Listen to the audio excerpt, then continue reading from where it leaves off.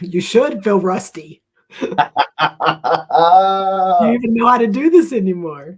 forgot all of it. Jen, you're gonna have to drive here. I don't know what I'm doing. Absolutely not. You made me do that last time. No. What's going on, sister? How are you? I'm good. I'm so much better right now because I know they don't have as much pressure on me right now for this live stream. Oh, it gets easier with the reps, Jen. I mean, that's what I hear. What is going on, NoBS tribe members? How y'all doing out there? If you're out there, leave us a comment, leave us a like, give us some kind of signal that you are still with us. I missed y'all. That I didn't run you off. No, I'm sure that. Oh man, so How was your week? oh my God, my week was freaking awesome, like super, super awesome. I got to go out and do some of my sweat equity improvement stuff. That's awesome. Yeah, it was so. Oh, look, we got Miss Elizabeth. Good morning, Elizabeth. Good morning. Man, she's been rocking it, giving out the Luna Awards out there. And she's been all over LinkedIn. Man, good morning, Miss Elizabeth. So I got to go out to the project and capture some learning, like in the moment. Awesome learning examples, which was, you know how much I love that. Oh, and aren't you like presenting on that in San Diego, like in a couple weeks? Why, yes, I am. I will actually. I am co-presenting with Miss Lynn. Co-presenting, yes. Yeah. We are co-presenting. I think the name of the thing is "Riding the Waves of Safety and Efficiency." Fancy. Nice. Yeah, so we got a nice little case study and some good nuggets for the people. My goodness, people are coming in. Come on. What do we got? So we got Mr. Lance Furiyama. He says, hoping Steve's start at his new gig is going. Yeah, like Steve Martin just started a new gig. And he had some really cool lights. He got to see the Northern Lights and he sent us some. We saw some. There he is. We see him. Oh, there's Steve. Yep. Steve says, yep, coming in. Who's the new guy? Yeah, that's me. Steve. Right. Thank you. Exactly. We got Mr. Cade Keys. Good morning, Cade. The East Coast. What's up, Cade? How you doing, man? Oh my God, Nick Clemens. This is Nick. Okay, so I get to do this one because I actually know. So Nick Clemens, which he's not coming in, but that's who he is, and so he's presenting with us, and I'm presenting with him really at Congress. So his company O'Shea and Robinson Morton are doing a joint presentation about organizational transformation, which is super exciting. And so I get to hang out with him in a couple weeks. Nice. Oh man, we're gonna have some fun out there. Then we got Mr. James Gable, the uncommon communicator, coming in from Colorado. I've been seeing him get the reps in on the philosophy of, gosh darn it, it's just a stoic philosophy. He's been getting some reps in, getting the practice, creating some different content out there for people. And then Mr. Jim Firestarter Guntorius, he's at the soccer fields today. Man, we got a party going on today. We do. It's a little bit of housekeeping. If, like, folks, we love you, super, super love you. And if you're not seeing, sometimes your comments don't make it to the back end where we can see them. I think we've isolated it. That's usually if you're on an Android device, it doesn't feed through the stream thing. That doesn't mean we don't love you. Just letting you know we're not ignoring you. I pinky promise. The easiest way to make it through the feed, if you want to get your comments up here, is to go to YouTube and search NoBS with Jen and Jess. You'll be able to find it there. And for some reason, YouTube will allow, lets that come through. So it's like a LinkedIn. Oh, wait a minute. Lance has an update. Okay, so Lance, I guess you're coming in on the green screen or the blue screen. So you're coming through. Awesome. Well, then we don't have to say that. We know it's important because last time Steve's comments weren't coming through and he was feeling a little bit neglected. So he switched over and they came through. So I'm glad it's been fixed. Yes. Look, Steve says new gig is awesome, and hopefully we'll hear a little bit about it at the after party. Yes. And yes, Lance is coming in Android mobile, and it's coming through. That's really good. Very that good. makes it better. And also for the lurkers, you know, I love you, lurkers. You know, I got love for you. We're doing the randomizer again. So anybody that issues, like, drops a comment, even like an emoji, happy face, something or other, in the comments, you're automatically going to be put into a raffle. And at the top of the hour, we're going to do a drawing. And what that'll get you is 1 month free access, VIP access to the cultivation crew and emotional bungee jumpers for November.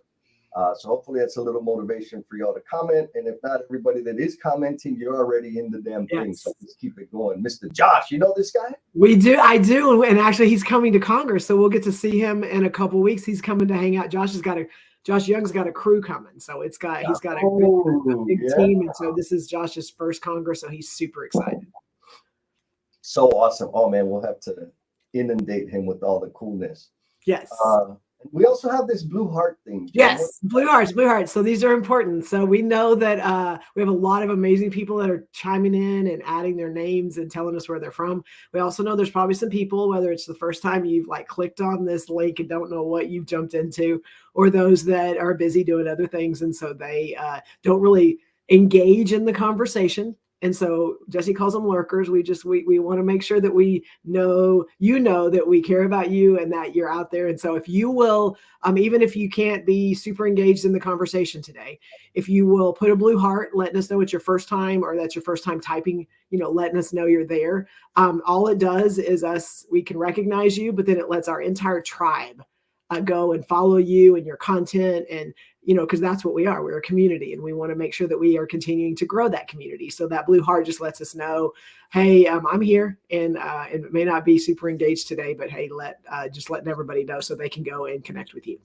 Yes, absolutely. The lovable lurkers. If you're a first timer, let us know. Oh, we got Mr. Clyde King. Yes, Clyde, yes. Oh my goodness. All right. So we have this topic. I forgot how this whole thing goes, Jen. It's been a while.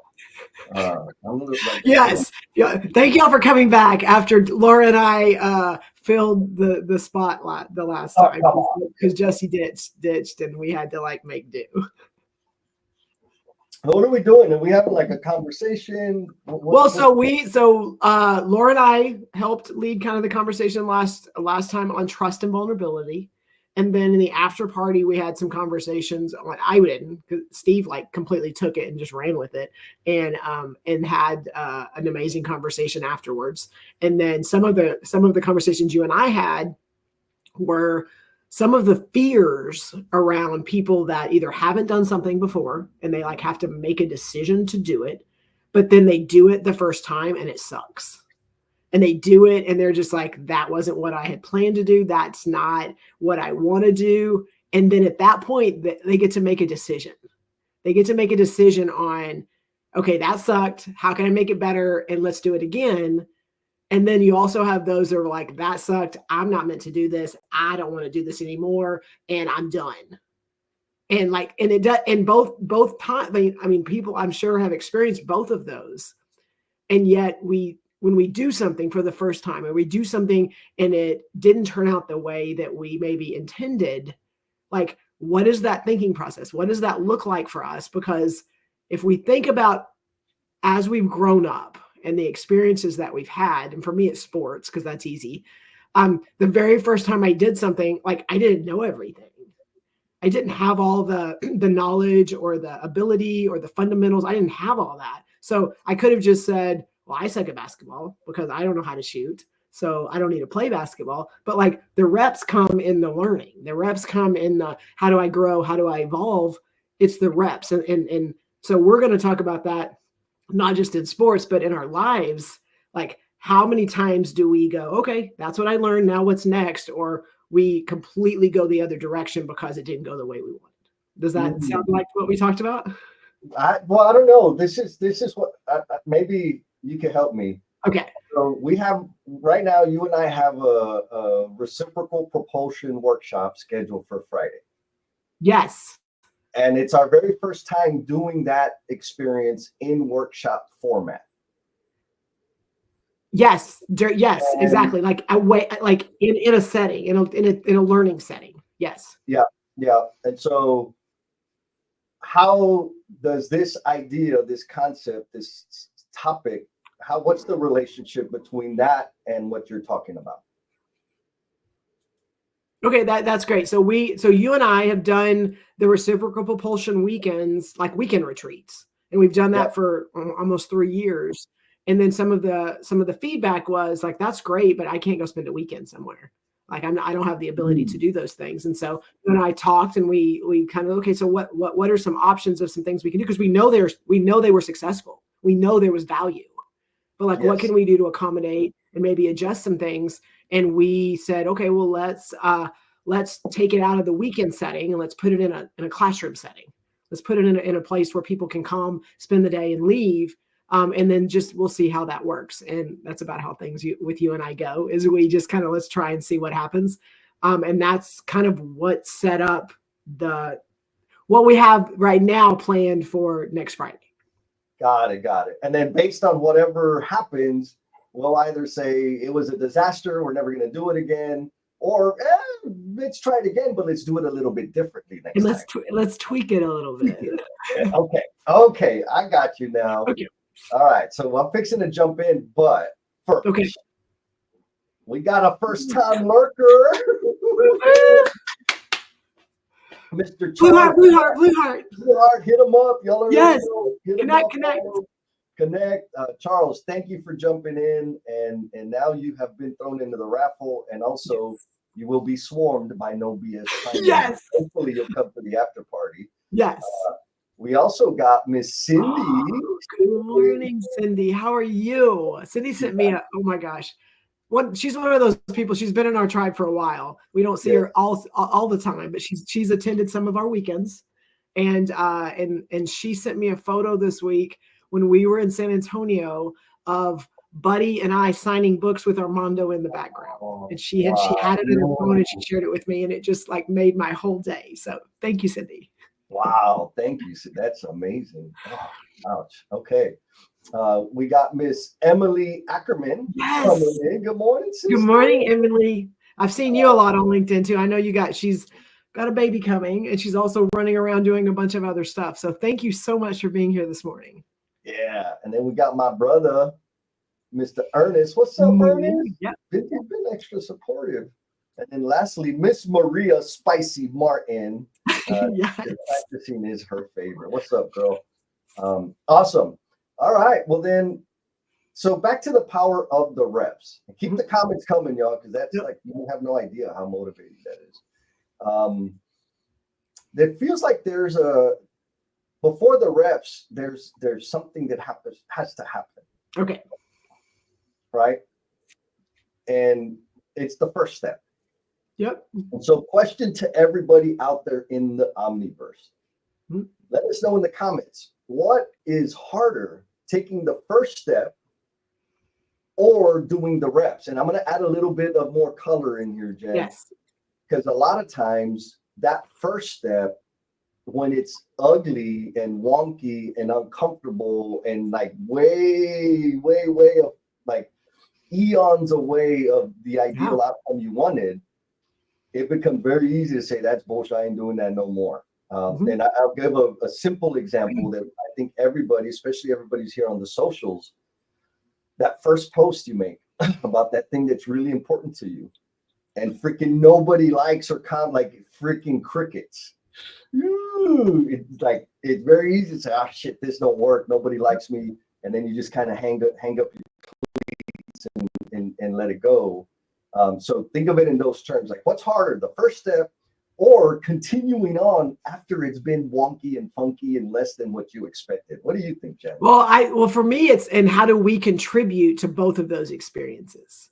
So if we're in a place, and for me, it's easy because like we live in this lean space. So if I look at like the daily huddles, okay, and we're at the boards and we're getting ready for the day, and we have people there that we have challenged. Hey, we need you to bring up constraints. We need you to share with us if there's something that's going to impede your work, that's going to keep you from being able to meet the schedule. And we have created an environment, and then they, scary as it is, scary as it is, they go, hey, I got an issue.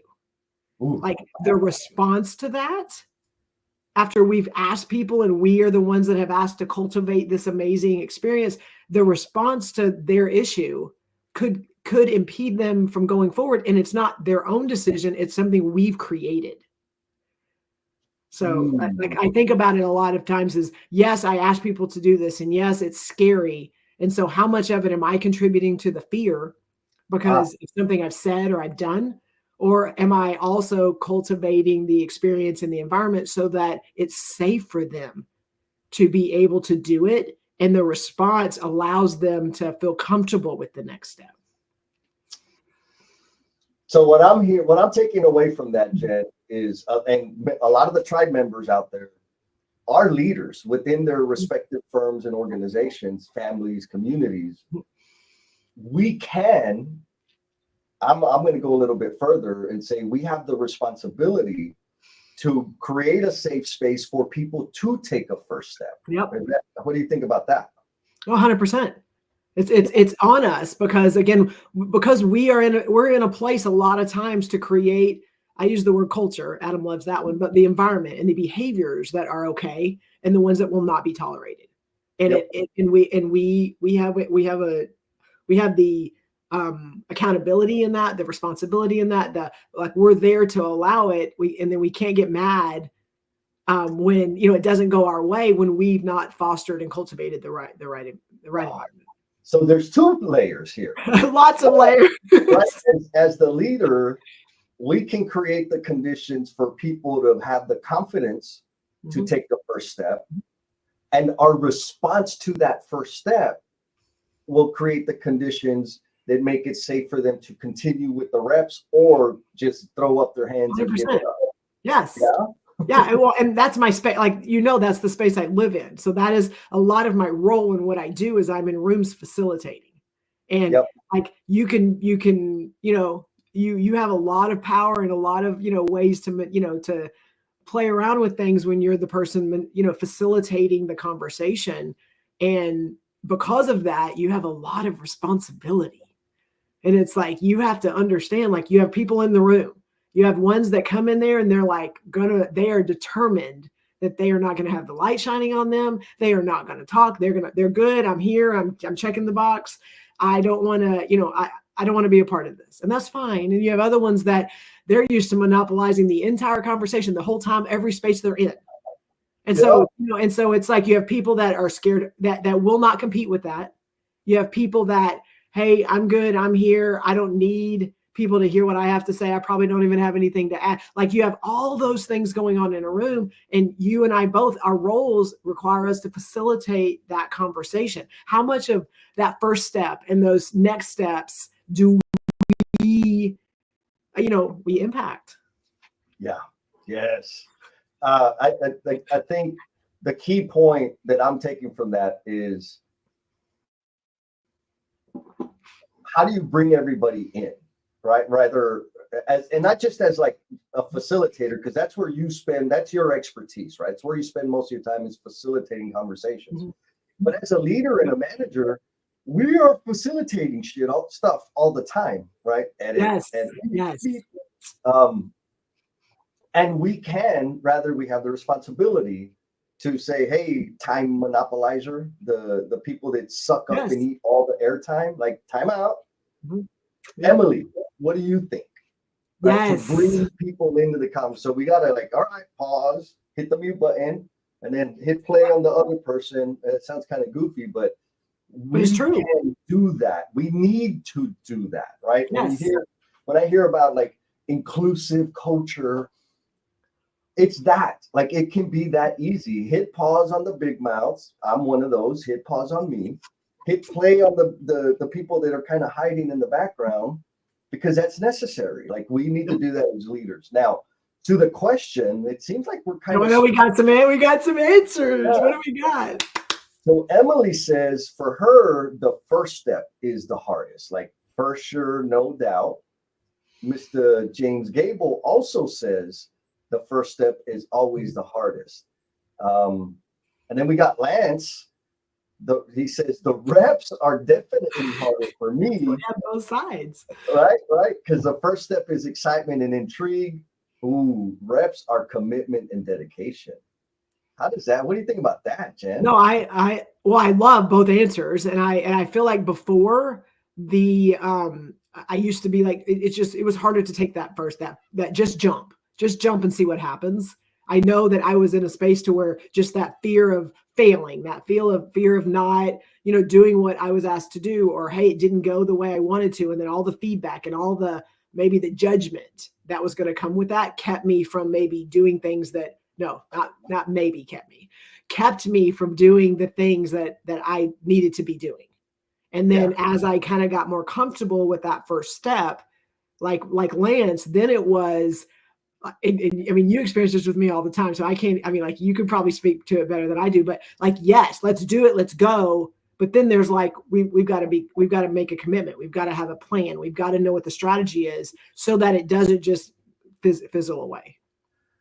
Yeah, well, I'm in the Lance band camp with this. Yeah. Like, hell yeah, first, go. And then yes. Like, how do we keep this going? Like, overcommitting. For me, it's that, right? Like, I get excited. People, like, when I get invited to collaborate on things or have a new idea or whatever, like, I'm going to go do it. But I have to remind myself, wait a minute. What's the after effect? Like, it's just going to be a flash in the pan. Like, how do I sustain this? How do I da-da-da-da-da? And it's like, ooh, so that helps me. That's been my year.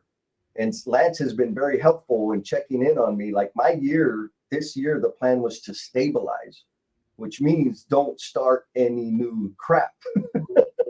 And it's been difficult because, man, I got ideas and I want to do stuff. But the commitment and the dedication is really worth it. Jesse, that's what I mean. Like really quick, there's people on the show that haven't been with us for the last 3 years, right?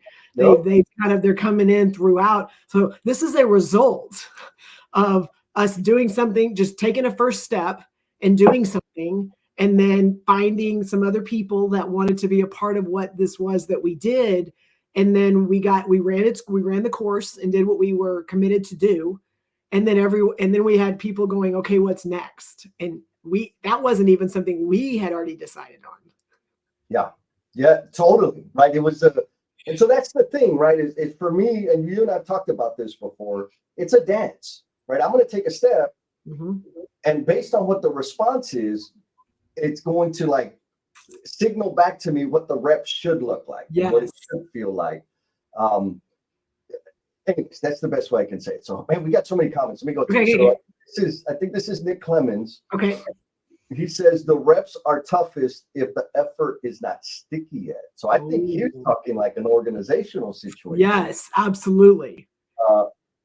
What are your thoughts on that? Well, I mean, okay, maybe I'll give a little bit of insight. So again, Nick and I have talked about this, so I know a little bit more of where he's coming from. But absolutely, when one person, and it goes back to like that dance, like you said, and I've talked to Nick specifically about this. Like he sees it, he sees what those next steps are, and I know Nick, he's not scared of them. He's not scared to do it and to take the jump.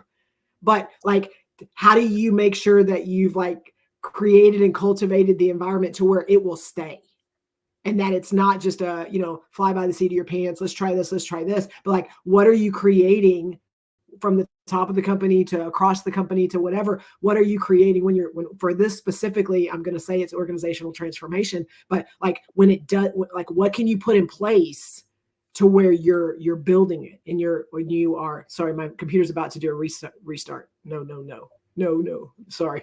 If I go away, then I'll come back. I got you, girl. Keep on going. Answer your question.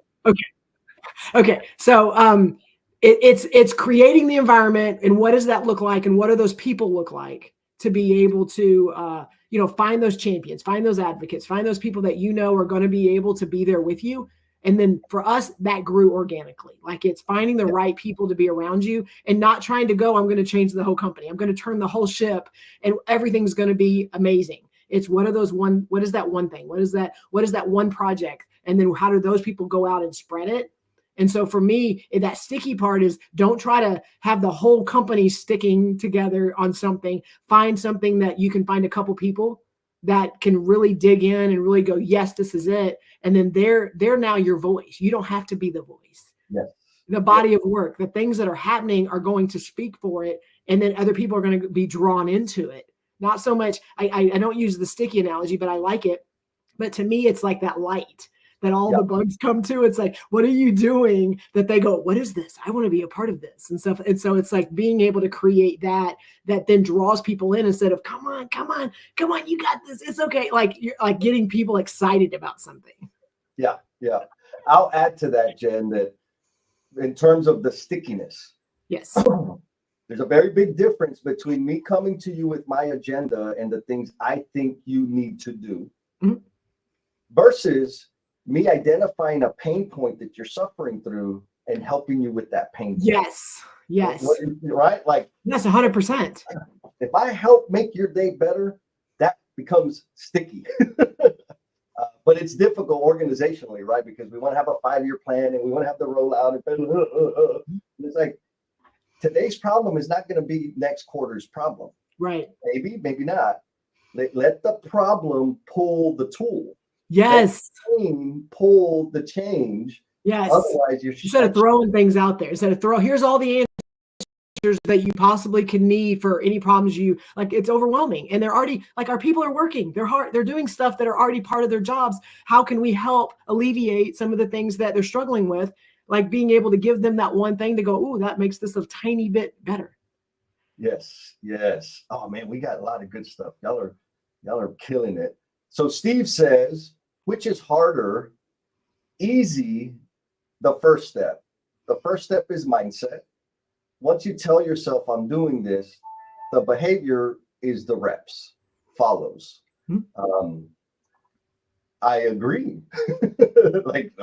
I can't argue with that. Let's see. There's so we got some nice analogies. Clyde says, with my love of dirt racing, reps are laps.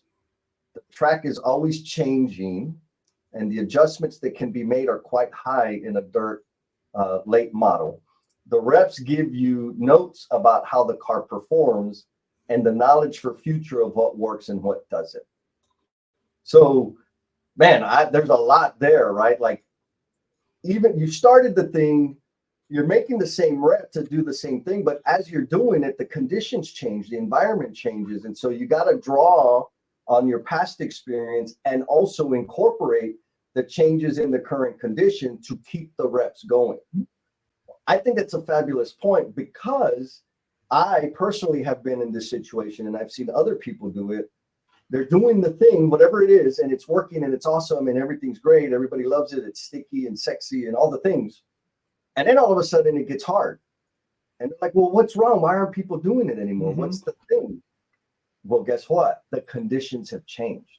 And so we need to be flexible and fine, we have this history, this historic data that says it's awesome, but something changed. And we've got to incorporate it and accommodate that to adjust the future reps. So Clyde, thank you for sharing that because I think it's an easy thing for people to overlook. We also have some real things. Ernest says the crickets are the most difficult thing, right? No, somebody asked me this before and they were like, Jesse, what feedback do you like the least? Like the thought was positive or negative. My answer is no feedback.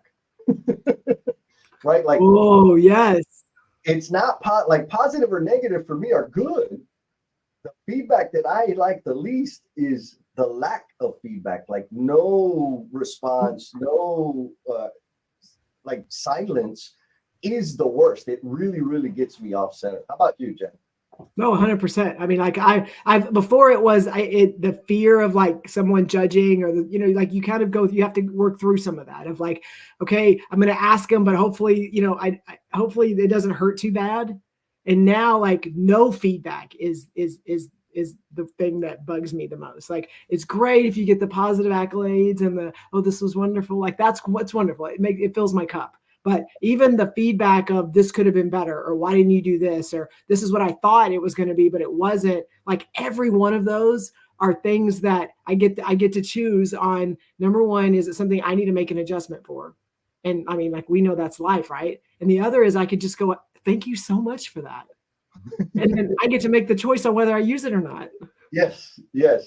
And both are better than nothing. Yes, absolutely. So speaking of feedback, Clyde says, Jesse, you're perfect. Thank you, Clyde. Exactly what that says. Going through the Jesse filter, that's exactly what was received. Oh, and Jim, here's another reality. So one of the things he struggles with is meeting and exceeding the expectations once you do the damn thing. Weighs heavy on you. What do you think about that? Well, no, I mean, yes. And it's, you put something in place, you do something big, and then, like, okay, you're not done. So to me, it's the expectation of when you do put something in place and you do something big and you do something impactful, okay, then you don't just get to walk away.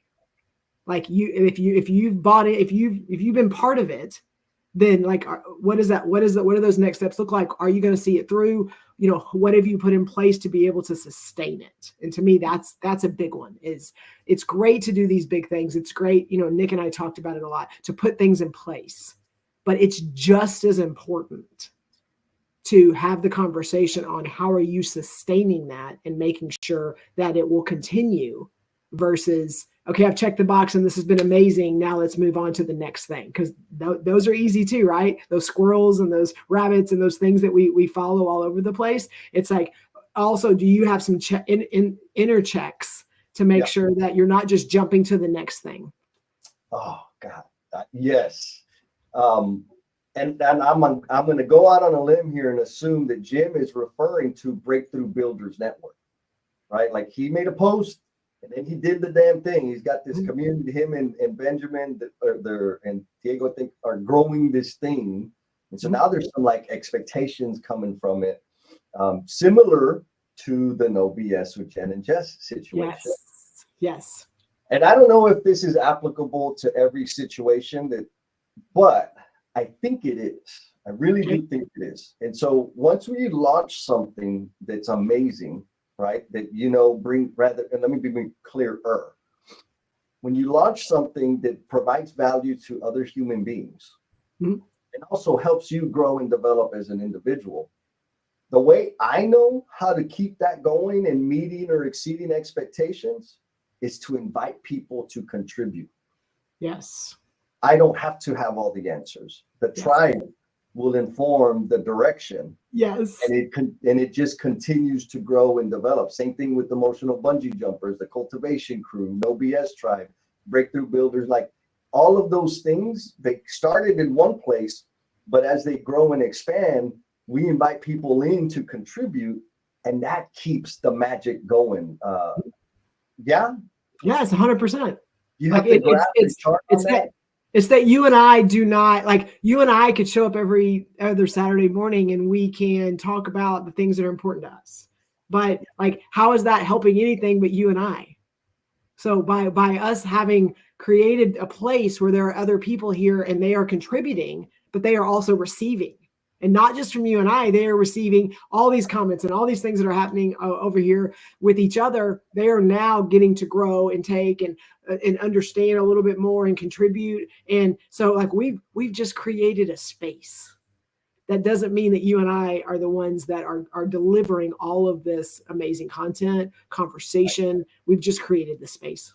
Yeah, we're just holding it. Everybody else makes it awesome. Otherwise, we would be talking about me, my favorite subject, and I have no problem with that. Yes. Like, I would really love to do that.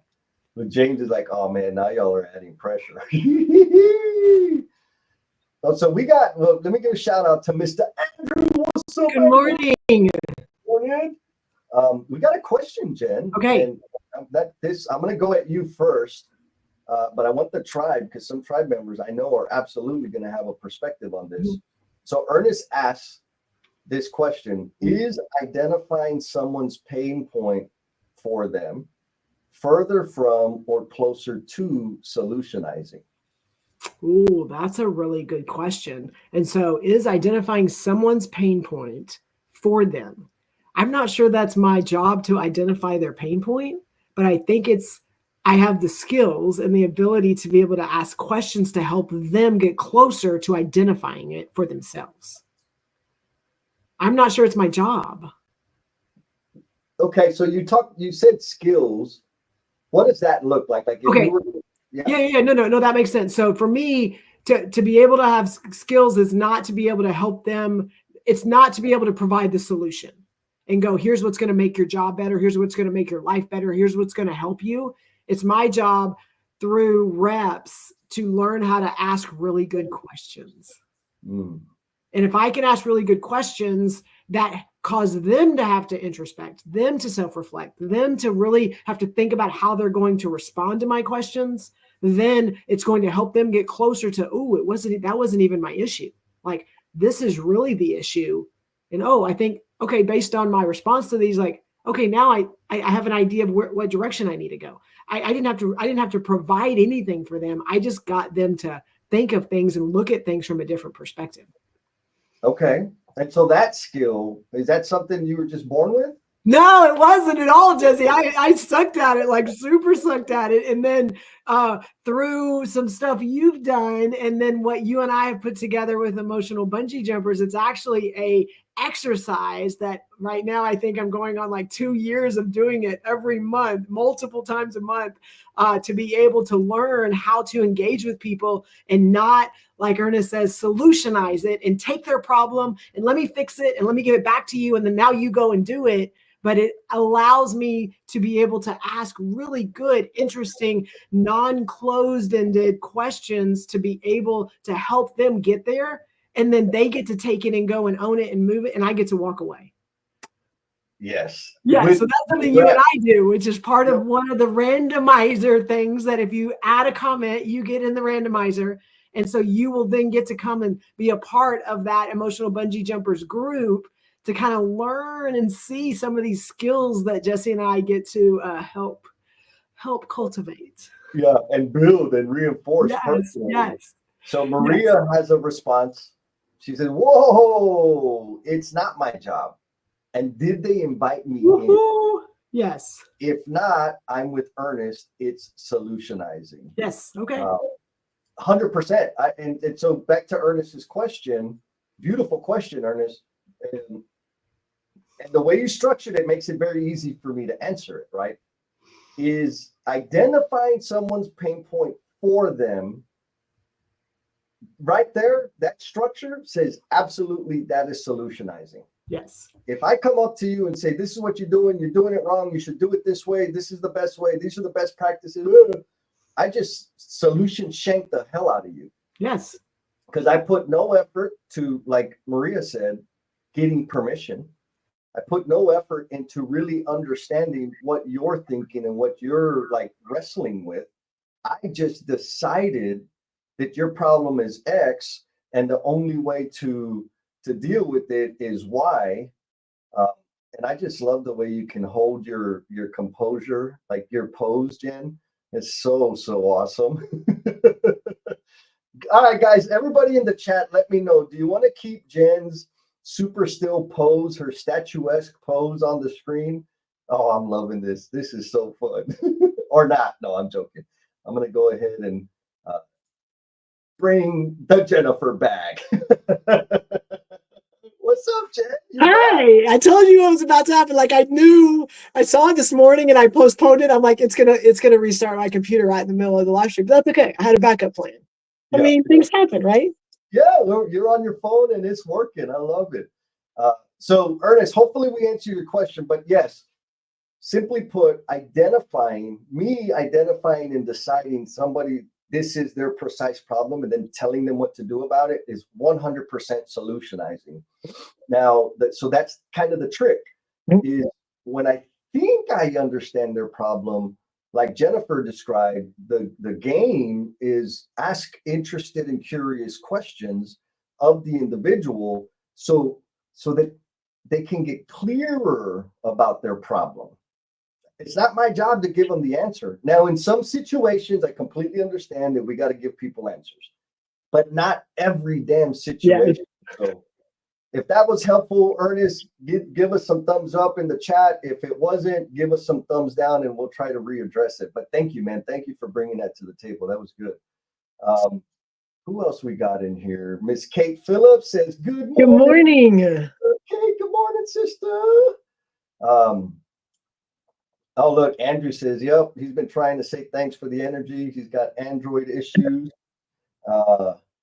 And then Steve Martin self-confesses. He says his expression when he's stuck in solutionizing mode, and I hear my pain point is you. I like that. What's wrong? You. You're what's wrong. You're the problem. Oh, that's so awesome. Oh my God. All right. So quick reminder, Jen alluded to it. I was going to say it again in case you missed it. Specifically for the lovable lurkers out there, I love drop a comment, do an emoji or something in the comments so that you can get put into the randomizer, because here in about 20 minutes we're going to do the selection, the do it over, so we can pick some people to and torture more. Yes. All right. So we had another question, Jen. Yes. And Wait. Go back. Sorry. Go back to the question. Did you answer the question? What's harder, the first step or the reps? Yeah. No, I didn't. You challenged me, but I don't think you answered it. Yeah, no, I didn't. Okay. No. So let's go and let's get your answer on that one. Damn it. Nobody wants my answer. Yes, we do. So my answer to this is the first step is the easiest thing in the world for me, because I'm like a freaking otter that just wants to flip and flop and play, and like I just want to have fun. So for me, when there's a new thing that I've never done before, my brain doesn't calculate risk. My brain doesn't say, hey, if this doesn't go well, you're going to lose credibility. My brain says, let's do it. Like, yeah, yes, like default yes. So the first step is super, super easy for me. Now, where I struggle, and I touched on a little while ago, but where I struggle is in the reps, meaning I'm going to put this in the context of dating. Like going on a first date, that's easy, right? Like that, yeah, let's go, let's have fun. But then there may be an expectation, there may be a connection, and because of the way I'm wired and the way I've designed my life, having a frequency of like, let's go to dinner, let's whatever you're supposed to do when you're dating, to me is overwhelming. Mm-hmm. Right? Like maybe if you can handle once every 6 to 8 weeks, then we can date. But if you need more than that, no bueno, does not compute. I'm not the guy, right? And so I use that as because that's a real example. But when I zoom out, there are several situations where, yes, I want to do the thing. I'm totally into doing that thing the one time, taking that first step. And the reps are difficult because of what I already have in place. And so I have to be ultra responsible and thoughtful, maybe not responsible, but I really have to be analyzed deeply. This is the ask, but there's going to be potential for subsequent stuff to do after. Mm-hmm. I need to understand that clearly before I say yes to taking the first step. I don't have a problem committing to doing the reps. Like that's not my issue. My issue is bandwidth. Yep. I can't do everything. I can do everything. I just can't do it all right now. So it's got to be like, I'll have conversations with people that have an idea. I'm like, man, that sounds like a great idea. Can we talk about it in April next year? And they're like, no, I just kind of want to brainstorm. I'm like, no, you don't understand. I don't have the time or bandwidth to even brainstorm on the thing. Like, I want to be a part of it, but right now I can't, because I I've got other things that I'm focused on. So was that too complicated? No, Jesse, that and it resonated with me because you and I talk a lot and we come up with a lot of ideas. So I think two things that made me, I guess, hit me when you were talking. Number one is being able to have the conversation, and I get excited about a lot of things. You know that. I think you get excited about a lot of things because you can see what it could be. So it's like being able to acknowledge, hey, capacity wise, like here's where I'm at. So that's number one. Number two is, to me, the most important thing is, do you have the right people around you that you are able to talk to, and they're able to go, Jennifer, you can't take on another dang thing.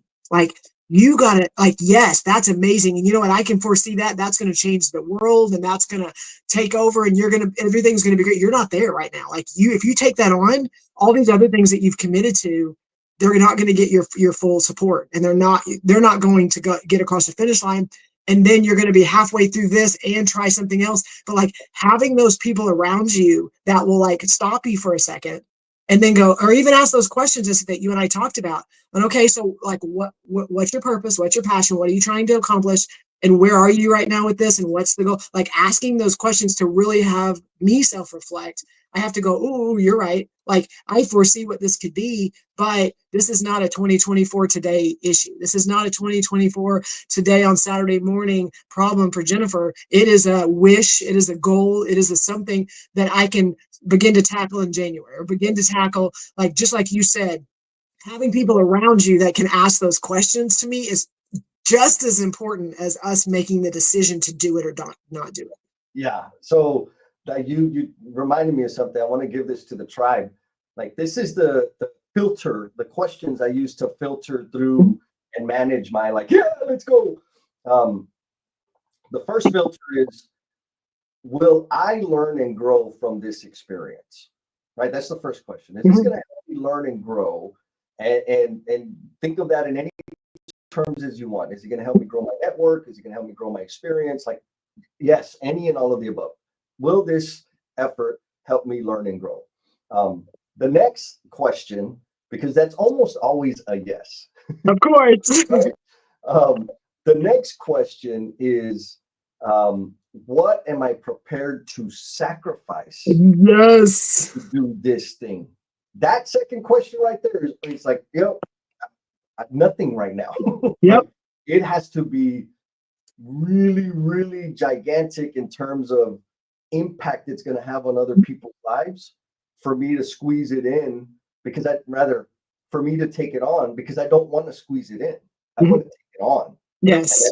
Those are two different scenarios. So thank you for reminding me. No, but I love that second question, to see almost like when you're ready and excited for something, or about to take the first step, or about to do the next rep. Like, what am I going to sacrifice or have to sacrifice to be able to see this through? Yeah. Yep. So Steve is actually demonstrating what solutionizing looks like. He's saying, so what you're saying, Jesse, is the first step is the hardest. You just don't realize it yet. Nope, not at all. That is not what I'm saying. The first step is the easiest for me. It's the reps that take some time. And this Kate Phillips says bandwidth analysis is so key. So you see, Jen, I keep trying. Yes, they're hearing what you're throwing. Andrew says, I'm with you. The constraint factor is bandwidth. When we squirrel it in every direction, nothing ever gets done. 100%. And then, this person? I do. Good morning, Sarah. I know she's probably been out there. Like, she's one of those that she shows up to everywhere we're at. I feel like I get blessed to be able to have Sarah. So yes, good morning, Sarah.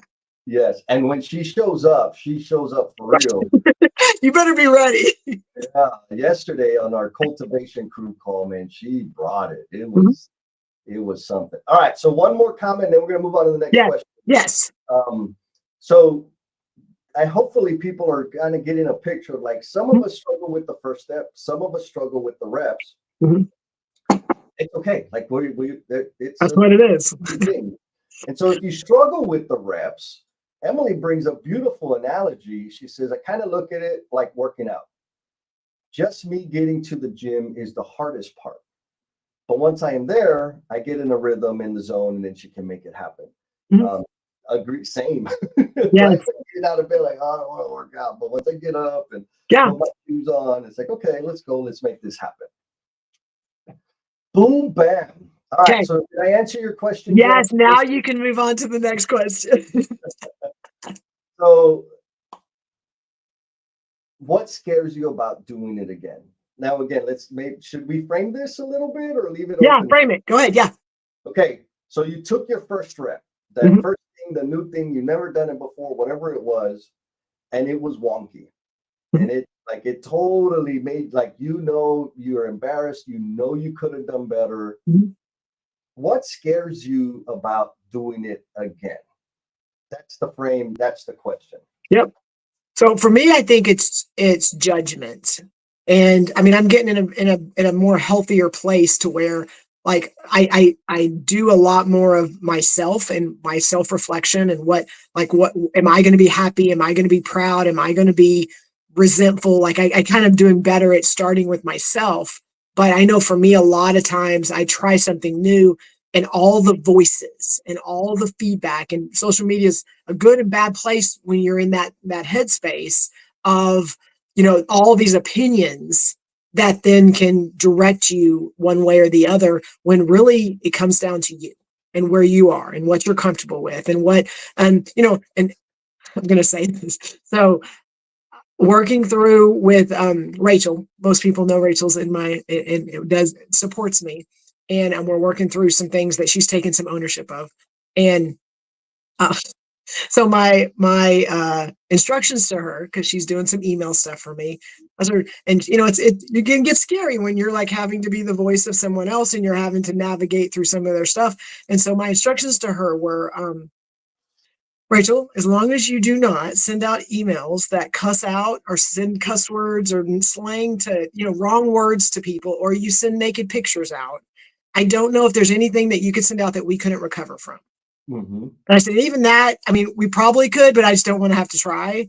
And so it's like, but the fear for her was so like messing up and then what the retribution would be, that it was keeping her from being able to take those steps. And so like having someone to kind of frame it up a little bit, but also like, I'm telling you, the fear of the, like the judgment or like, no, I don't know how many people here just, and maybe you're like a weird person, but people don't just love to fail.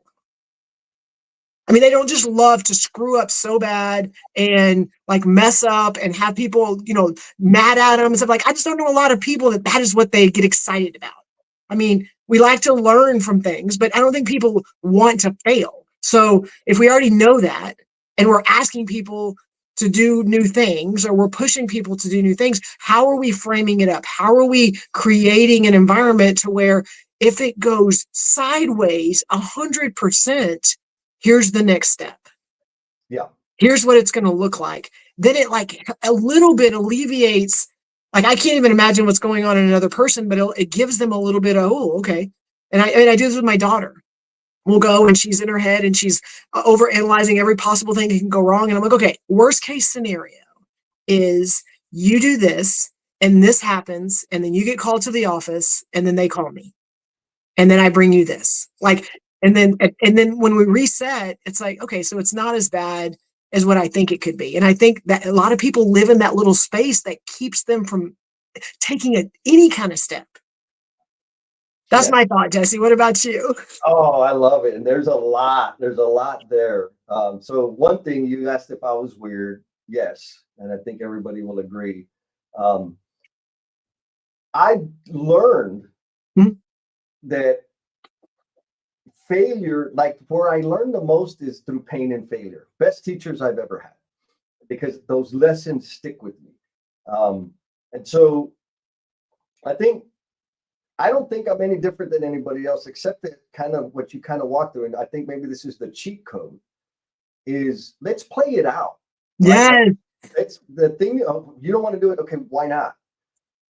It's like, for real, what's the worst that can happen? Mm-hmm. Now, there's a difference. I think where a lot of people get stuck, or at least the people I know, is they never articulate what the worst thing that could happen is. they're spinning it in their head. Yes. And every scenario, and then every other scenario. Yes. There's never a point where we can be like, here's what it could look like. Yes. Yes. And so, speaking of voices in our head, Ernest says Janet's voice is just so motivating. She is now the official voice in my head. Yeah. I'm not sure if that's good or bad, Ernest, but thank you. That's awesome. And so it's really that, right? Like, what is the worst case scenario? Yes. And also, I know that this wheel that I'm spinning and like weaving this really horrible, negative, disastrous outcome, I have a lot of data that proves that that never happens. Yes. Like the absolute worst case scenario that I'm painting in my head never has happened, ever. Now, once I get out of my head and start saying what I think it's going to be or writing down what I think it's going to be, all of a sudden it shrinks. It becomes very precise. And so it's, maybe one or two or three different outcomes. And so like getting past that, because I know the growth and the learning comes from action. All of that crap that's in my head that I'm worried about, that there's no way I'm going to know the answer to that until I take action. So the answers that I seek are on the other side of action, right? Like I got to do the damn thing. Yes. To understand to answer the questions that I got spinning in my head. Now, when I do when I do mess up, it's actually super recent. Lynn and I did a pre-run of our Congress presentation, and it didn't go the way I wanted it to go. It was wonky. I felt like it was a disaster from what I provided and how I delivered. And so what keeps me from wanting, like the thought was like, man, that sucked. I don't want to do that again because I don't want to waste people's time. For me, doing the rep again is I don't want to waste people's time. So that'll keep me from like doing that sort of thing. And do we have like 3 gens here? Oh, now we can't hear you. You're on mute, girl.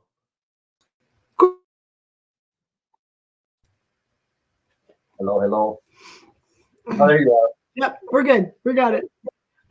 We're going with the flow, Jesse. Come on, you got this.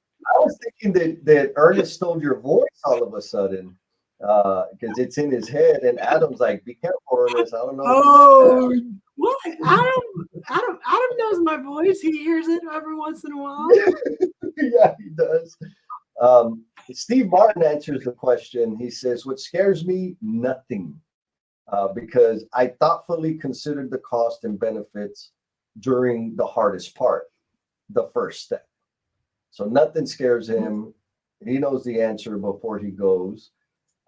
James Gable says, if your feedback loop is the voice in your head, know that loop is broken most of the time. It is either overinflating or deflating the truth. That sounds like one of those stoic perspectives there. It does. Well, feedback loop. When we talk about feedback loop, when we think about feedback, if the only thing we think about is ourselves giving our own self feedback, I'm not sure how well that's worked for you, Jesse, but I know for me, it's very jaded.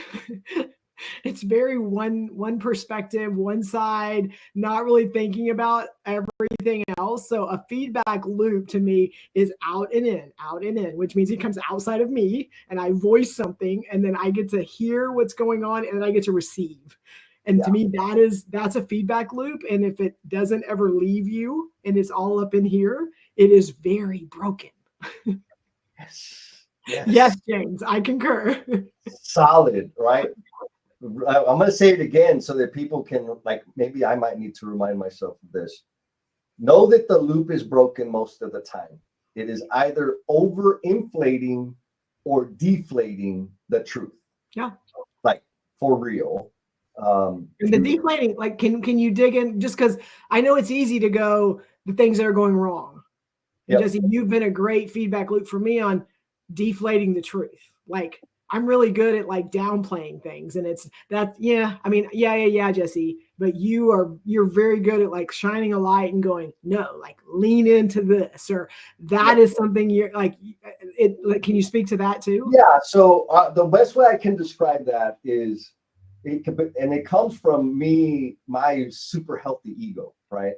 Like, I am the greatest. And actually, James, maybe you can fact check me on this, but back in the day, I think Marcus Aurelius had people on his team to remind him, like they would just say, you are human, you are mortal, you are flawed. I need that team. Mm-hmm. And so, because I know it's very easy for me to get on the Jesse bandwagon and over index on all my strengths and over index on all the things I'm very comfortable about and the things I have a lot of fun doing, which means if I stay there, I'm not growing. And I don't like that. So I need a reality check to say, okay, sure, pat yourself on the back and get over it. Because here's this other opportunity to improve or enhance the way you serve people. So this is kind of how it works in my mind. And I'll ask people for very specific information or specific questions to help me like check my assumptions and make sure I'm not swimming in Jesse land all the time. Now, what does that look like externally? Like you and I, Jen, you're amazing. Everybody knows you're amazing. And when we're having conversations, I'm like, yeah, you're amazing. And hey, there's this little dark corner over here. Have you looked at that? So that the growth and the expansion of the influence in the way you serve people can continue to expand. Did I answer the question? It is, Jesse, and I think it's the point of, yes, Jennifer, we see what you're leaning into. We see these things you're doing. And what I see is there's this that could make it better, or there's this that could help you get clearer. There's this, like, it's not just, yes, feed your ego, make it. Sorry. It's a day. I'm just telling you. You're good. Let's let the Wi-Fi. But there you go. It's not just that acknowledgement. It's also and let's look at the learning, and we're not getting better. Yep. Oh man. All right, folks. It is time. Last chance to leave a comment, drop a emoji or something so that you can get in the randomizer. I'm going to read Sarah's comment here. And Sarah says, in yesterday's cultivation crew, I wasn't scared. I'm willing to do the reps and do things others find scary. Yeah, no shit. You prove that. What I tend to wonder is if everyone else was ready for the depth.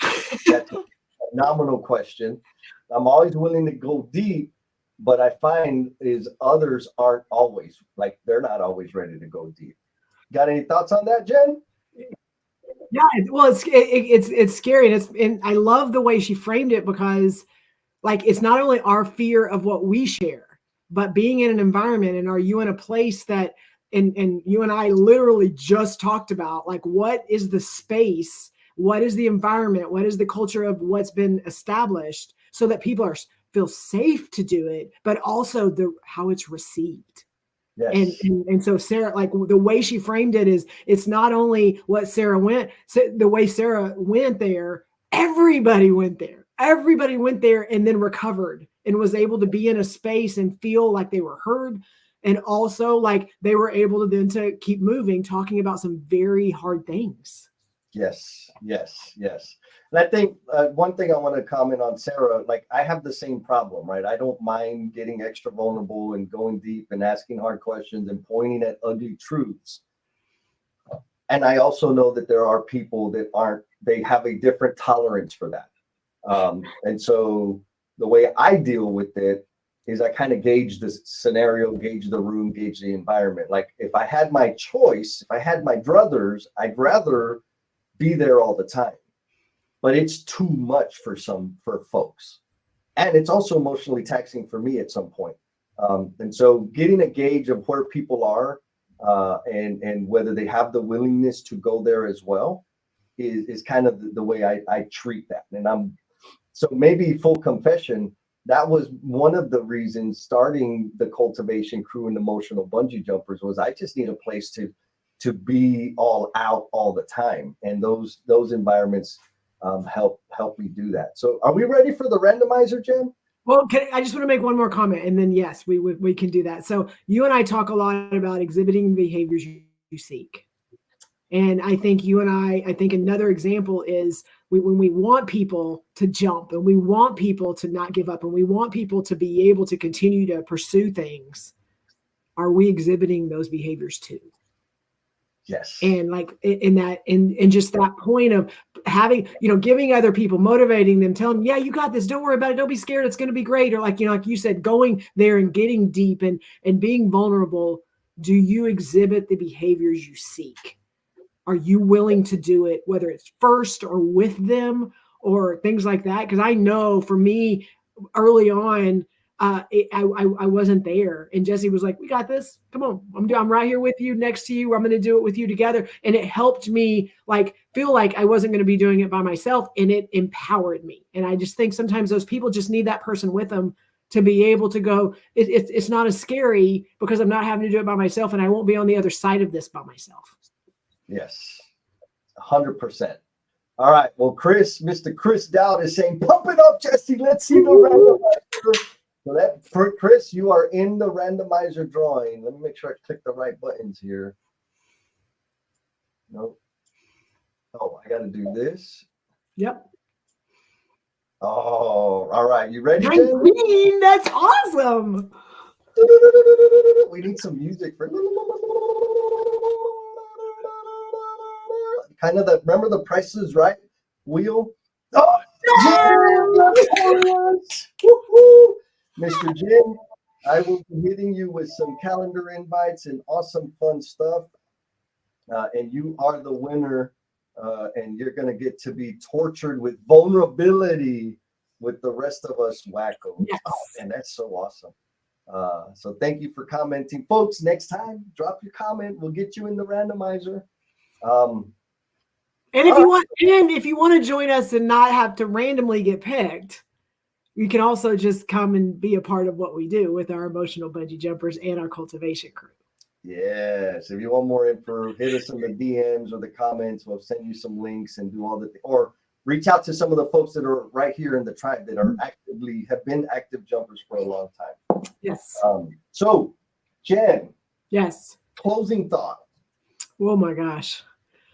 I'm going to go back to it, Jesse, and I know I've hit it, but the power and the influence of the people that you hang with is for me, I attract a lot of people. I'm that person that comes in the room and I can hang with a lot of people, but having to discern a little bit and think about how these people are helping me, how these people are keeping me right in the kind of the same place that I have been. And then how are these people kind of holding me back or keeping me from being able to take those jumps or move forward because of their fear of things.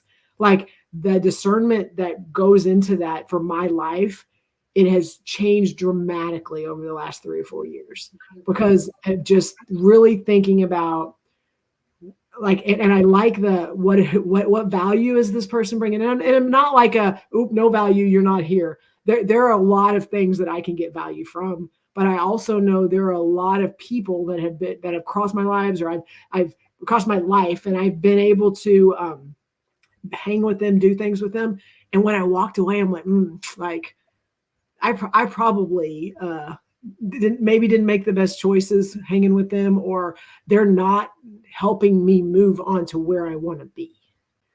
And it's tough because I like everybody. I will hang with everybody. And so that's the way that I like to be with people. But I also know that inside when I feel it, if I don't act on it and I don't go okay, I can hang with them in this setting, but I don't need to be intentional about continuing to be in a space that's not going to help me and not going to help me grow and it's going to keep me from being the person that I need to be.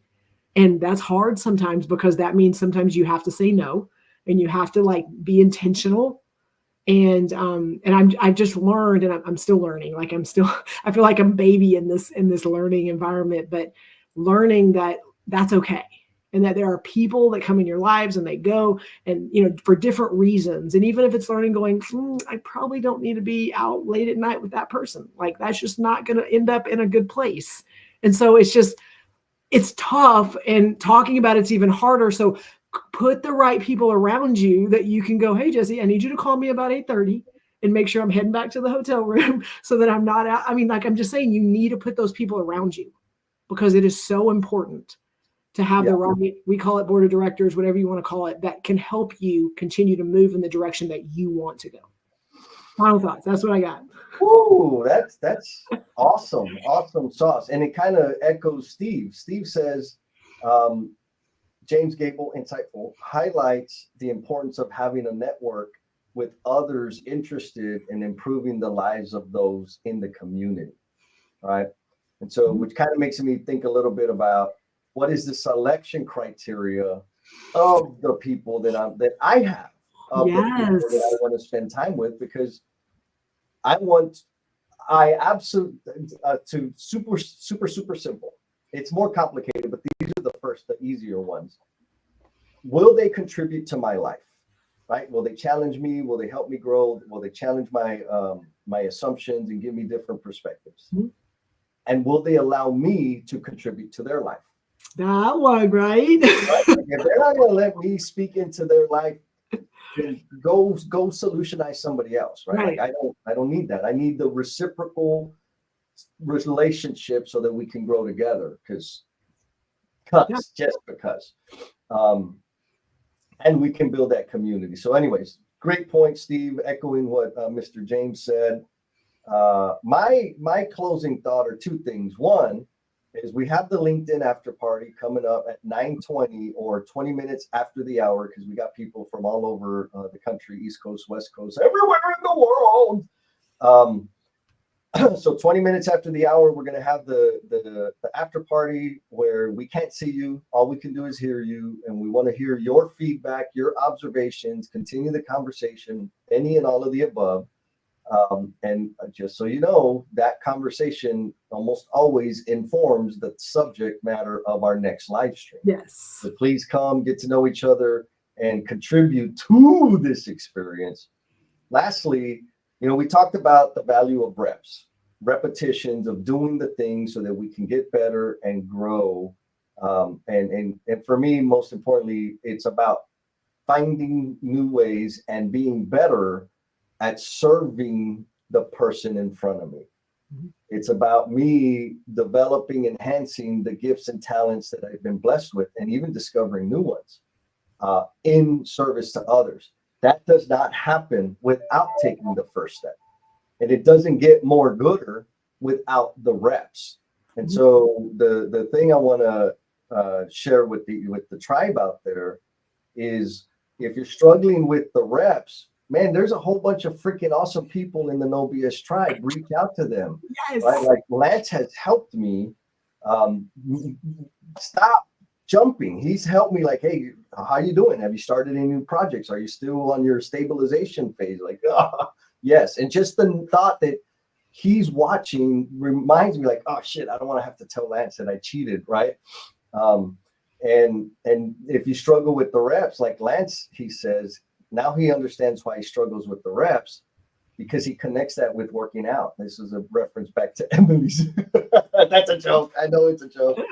So thank you for that, Lance.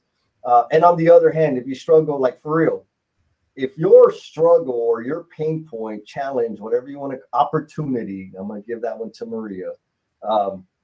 If your thing, the thing that you could benefit the most from is taking the first step, give me a call. Don't put it out there unless you're ready to go. And maybe that's also a warning, right? Don't even accidentally hint that you have an idea, because once I get it, I'm like, oh, how can I help them take that step? But anyhow, again, Tribe, appreciate y'all. This has been amazing. Jen, did you have fun? Of course. And like we just navigated through it, right? Like it is what it is. Things happen. Yeah, Jen was showing off. She's on 3 different cameras and the makeup crew's in the back, making sure the lighting works, and so awesome. All right, then. Well, 5 minutes. The link, I put the link in all the places for the after party. I hope you'll be there. It's on LinkedIn Live where we can hear. It's audio only again. And Jim, keep an eye out for some emails. I'll be sending you some calendar invites so that you can participate in the thing. And we'll see y'all soon. Later.